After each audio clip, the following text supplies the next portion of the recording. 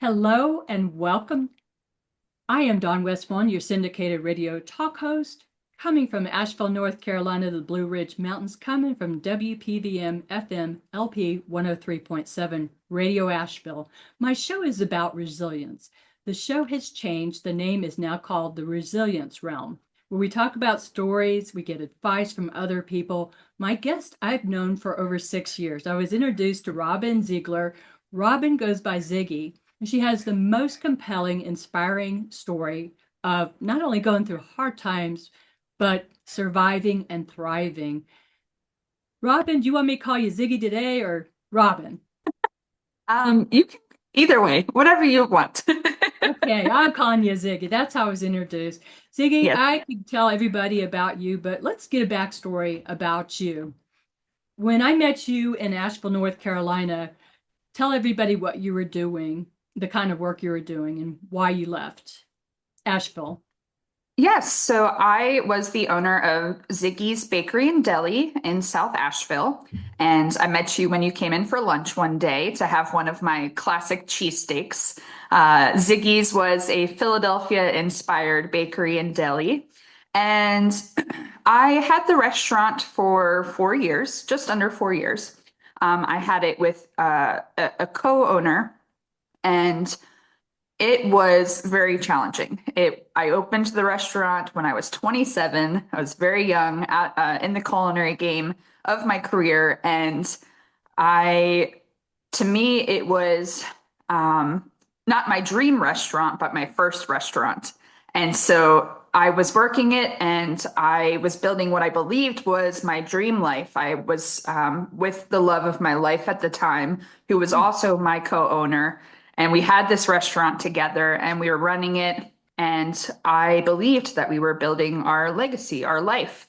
And as this mom and pop shop on the corner in South Asheville. And unfortunately, it did not go that well. Um, Even though we had worked together previously in other restaurants, we ended up, unfortunately, he ended up leaving me right after COVID. And we had opened 2018. COVID hit, we all know 2020, January. So about 15 months into the business, COVID hit. And we made it through, got the PPP loans, kept our staff, and it was amazing. We had lots of help from the community to keep our doors open, doing just takeout and curbside. And then my co-owner left me. And so I was completely devastated, heartbroken, and in a really bad state of denial. I didn't want to admit that we had broken up to any of our customers because our customers knew us as actually some of them referred to us as husband and wife mistakenly, and we were never married.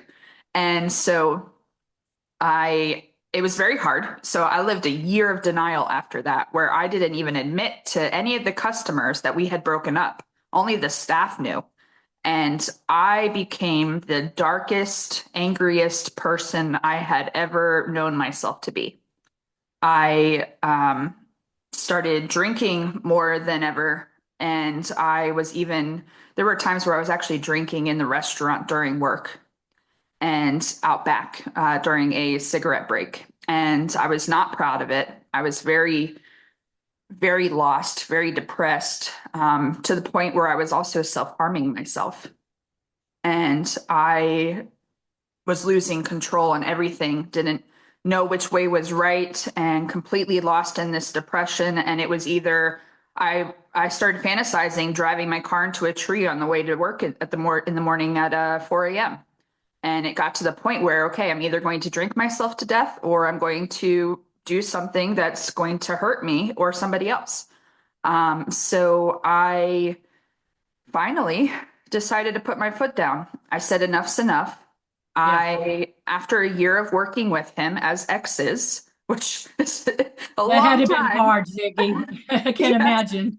Yes. So after a year of working together as exes, I finally got the courage to fire him. I ran the business for an additional 6 months by myself, made it my happy place again, which was very exciting for me and full circle because I wanted to heal and mend within myself and within that restaurant.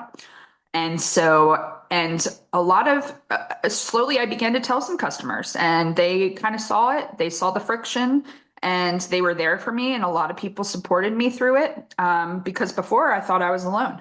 I was trapped in this really dark circle. So I stopped drinking and I made it my happy place again. And then I said, you know what? I'm closing these doors because as much as even though he's out of the picture, it's still a prison to me. I felt like I was chained to those four walls and I was serving everyone else but myself.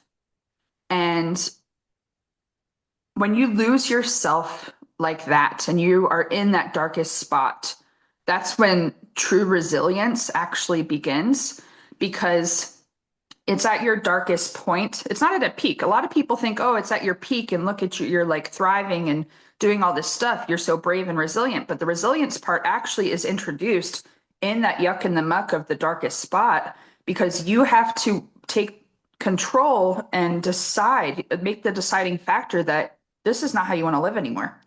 And so I started doing different healing modalities. I started doing therapy, hypnotherapy, and working myself out of this angered stage, this depressive stage. And I have not been suicidal since, and that was back in 2022. So yeah, so right around that time, I've not been depressed or had that suicidal thoughts, and I've worked myself out of it. And I said, I'm 30 and I have so much more life to live, and I'm going to start serving me and answering to me. So that's what I did. And then I closed the Amazing. restaurant. Hmm. Yeah, I want to jump in real quick, Ziggy. Of First of course. all, I just learned a new phrase, yuck in the muck. I have never heard of that one. How clever. Thanks. I would like to acknowledge your journey because I've been married to an alcoholic. First marriage was an alcoholic, and I realized I couldn't change him, but I could change myself. So no judgment because I understand that, people use the tools and resources as best as they can with what they know at the time. But you not only survived, you thrived. And also, we had had a chat beforehand. You also are a personal chef, and I believe you've worked and helped other people in the Asheville area. Is that right? Yes. I Yeah. was after closing the restaurant, I did some traveling, and then when I got back into the workspace, I actually landed a position as the private chef to the Vanderbilt family, fifth generation. Yes. So that was wonderful opportunity. I was their private chef for just about a year. But then I said, even though it seemed like the dream job again, um, being the private chef to the Vanderbilts, America's historically wealthiest family. Hmm. But at the same time, I just knew I was still meant for more. So I decided to leave and start my journey. I left Asheville after 10 years, a lot of life lived there. Ironically enough, I started my life in Asheville working at the Biltmore and I ended with the Biltmore. So that was a cool full circle moment. And Mm. then, and then I left and I moved to Phoenix, Arizona to step into the large demographic of folks that need private chefs in the Scottsdale area. Yeah, and you just served somebody this past week too, didn't you, out there? I mean, you're not wasting time. I think we need running shoes to keep up with you, gal. Yep. I just got done serving a family of eight, 5 days during the Christmas and New Year holiday. Served them a couple days casseroles, a buffet dinner, and then a four-course steak dinner. So I was really blessed to have that job and be hired by them. And they even are keeping my number for next year when they come back. So There you go. yeah. So you've learned a lot from all these different experiences. I know there's somebody that's listening in that needs to hear your message today. When did you decide not to become what we would call in the life coach a victim of your circumstances and Mm. take action? It was when I decided that I want and I need to get better. It's putting both of those two words together. Like, I know I need help. I know I want to be happy. How do I put them together? So the minute that I put my foot down and I said, I need to stop serving everyone else, literally when it came to the restaurant, but then also Oh, I just could see in it. Yeah. general, I was stop serving everyone else. I need to serve myself. So, and I want and I need to be happy. And that was really the turning point for me. It was finally choosing me, to put myself first, to silence all of the noise, not do what anyone was telling me to do, what I should or shouldn't do. It was going into myself and trying to figure out, am I living up to my potential and my happiest self and the best version of me? And at that time, I wasn't. And so I did everything, every decision I made consciously. I said, am I happy about this? Does it serve me? And am I doing this for me? So it was just these tiny little steps and changes in my consciousness in order to then allow it to fruition into this habitual cycle. So really it takes just knowing that you are always in control of your thoughts, and you are your consciousness. I love listening to Dr. Joe Dispenza, and he says that, 80% of your thoughts are repeated from your past. Your brain is a memory bank. It's a record of everything you've experienced and learned up until this moment. So you have every waking second of your day, every step to decide. You're making 35,000 choices a day. You literally get to decide, am I going left or am I going to step right? And so within that, keeping in the back of your mind, am I choosing myself today? I'm so glad you brought up Dr. Joe, because I love him too. I've seen him twice at conferences, and his work is just life-changing for everyone. So, Yes. Ziggy, did you have to get any support? I mean, you don't have to go into anything too personal. Did you get help with counseling moving forward, or did you do it yourself? Because I know people Yes. want to know that too. Absolutely. So when I knew that I was ready to put my foot down and make a change, and I wanted to make the restaurant my happy place again, I actually started doing hypnotherapy. It was just a quick passing thought in my brain for 10 seconds. Something went through my brain and said hypnotherapy. So I Googled it, and it said that there's a 93% success rate for helping with anxiety and PTSD, which I've had a lot of that in my life, especially coming from, unfortunately, a pretty toxic upbringing with an alcoholic father. And so there's been a lot of bad narratives around my story ever since I was conditioned as a little girl. And so what I did was I started doing hypnotherapy, but what's really cool was that at the time, I had a friend move into my house after my co-owner left and we broke up, just to help me with rent. So I had a roommate. The only place that I could go to do my sessions was actually in Ziggy's on one of the days we were closed. So I actually was in my little lounge beach chair in the lobby of the dining area in Ziggy's, and I would be on Zoom doing these hypnotherapy sessions. And what was so powerful was the day and I remember the day, it was a day in August, I stepped into the restaurant, and it was almost as if something had hit me, like something took a baseball bat and hit me in the gut. I got this gut terrible feeling that something was wrong. And so I followed that stream of consciousness, and I figured out that he was being dishonest. And so that was actually the turning point of me firing him. And so it was just kind of like one thing after the other. So I started with hypnotherapy. I went really deep with that, and I did that. And that was a great support for me, but also a rewiring of my brain and my conscious thoughts, to eliminate the self-doubt and the negative beliefs that I had in myself. And just even trying to work through different habits throughout your day. So I did that for about 3 years. And then simultaneously, I started listening to one of Joe Dispenza's meditations every morning, which was talking about rewiring your brain every morning. And that it's just a memory, it's just built off of a memory of your past, and you have the ability to create your future and your reality. So I started doing that. And then I started working with a mentor, David Meltzer. Started listening to Ed Milet. So a lot of these coaches in the space of personal development, I started listening to them really habitually. And like, I almost refer to them as like, I'm going to my church. Oh, we get it. We get it. Yeah, On life this lessons. Yeah. Hypnosis and hypnotherapy are powerful tools. I'll explain to some folks out there that may not be familiar with it. I've trained with Sarah Gawanter, who's a licensed mental health counselor, and I learned hypnosis. It's the same thing as hypnotherapy. The only difference is in North Carolina, and I don't know about in the other states, we are told that we can, as a hypnotist, I can say I'm a hypnotist consultant. I can't say I'm a hypnotherapist because therapist is a clinician. We get the same training, but Mhm. obviously you found somebody who helped you rewire your brain. I understand that. I follow that totally. Well, And going forward, he's actually in North Carolina, but we did is he? everything over Zoom, which was Yeah. so crazy. A lot of people were so skeptical whenever I talked about it. They were like, "He actually got you to like go under Zoom," and I'm like, "Yeah." There's I an love anchor. it. You There's know different why? tools that they do it. So yeah. I love it. And the reason why is I've done it on the phone for family members that were scared to drive over a big bridge.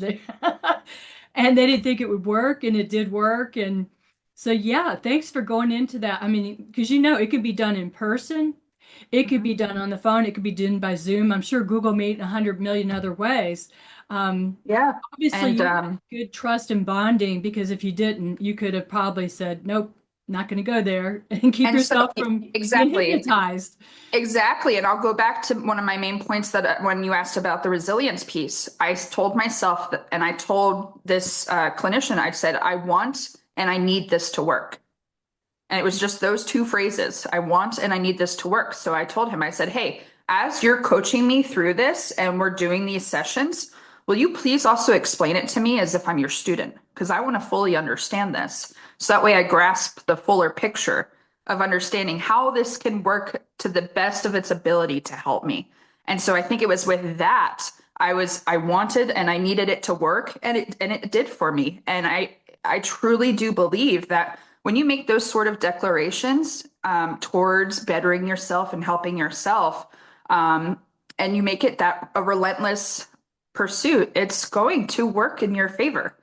It just takes consistency and it takes dedication to moving through the hard stuff, to choosing your level of hard. Do you want to be suffering or do you want to face it and face the adversity and see where you come out on the other side? Because through all that that dark yuck, which is like your mud and yuck, you're gonna bloom into this beautiful flower on the other side.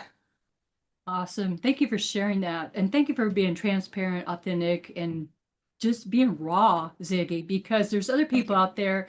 We're living in times where there's so much polarity. People are so extra sensitive. There's division out there.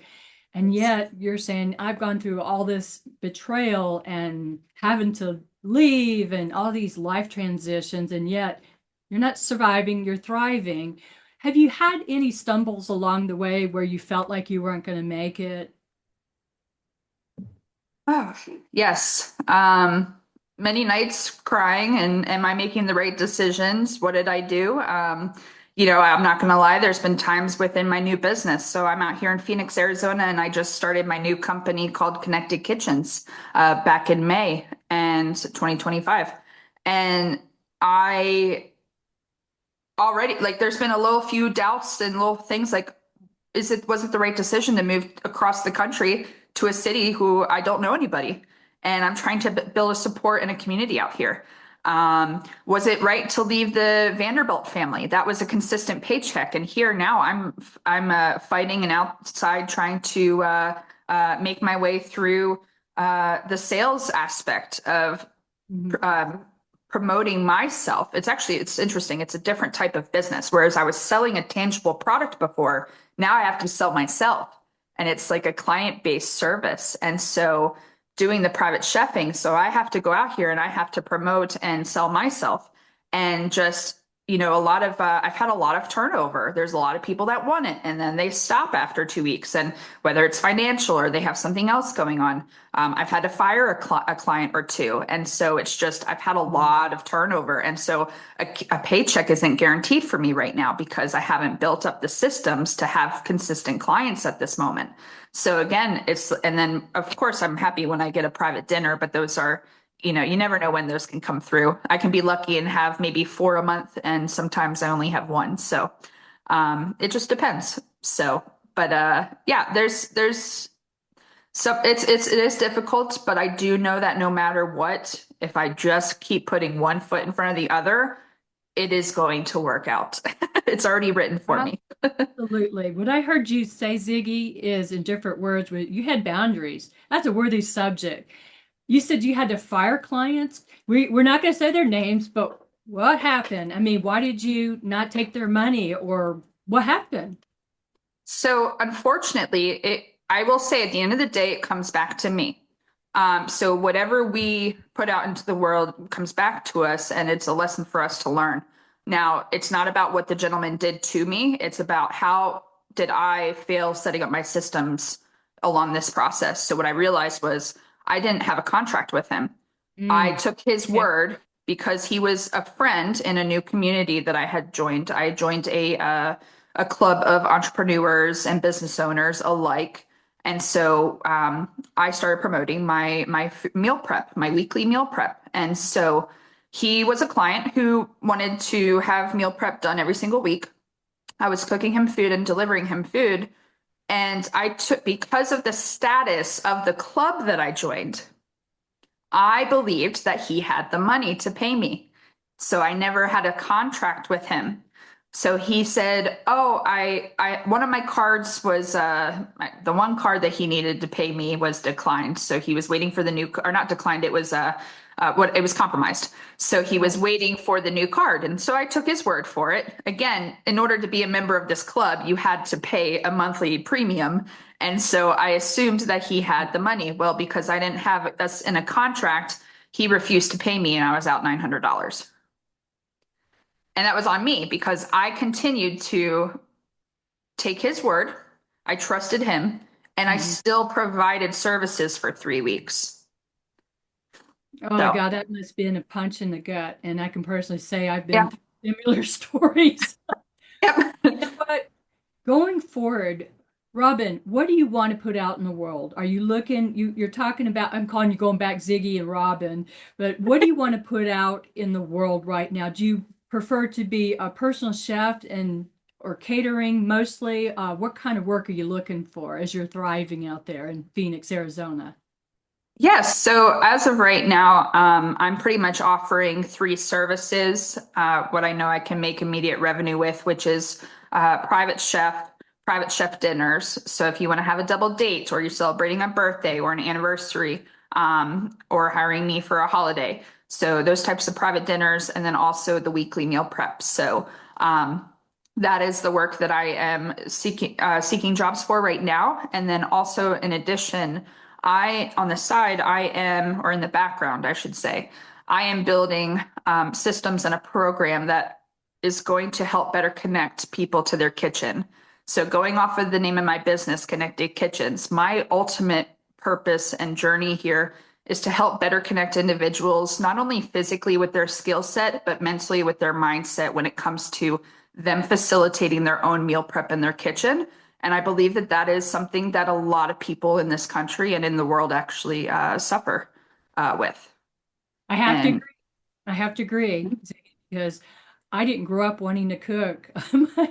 My father taught me how to cook, and it was simple things. It was my mom that had me out in the garden mowing grass and picking vegetables and such. I can see you out there helping other people. Now, what if there's somebody out there that's listening in or hears about you and they're willing to send you who knows to Alaska for a week and they pay for all expenses? Is that something you're also including in your life and your business? absolutely, absolutely. Fly me anywhere. I'm there. Okay, well, if you go to Alaska and need a little help, I'll be your grunt worker, I promise. Sounds good.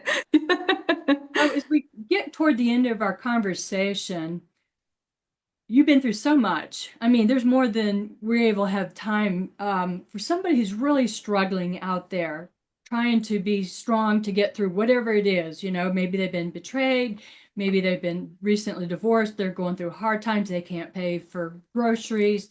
Where do they start? And this is your opinion.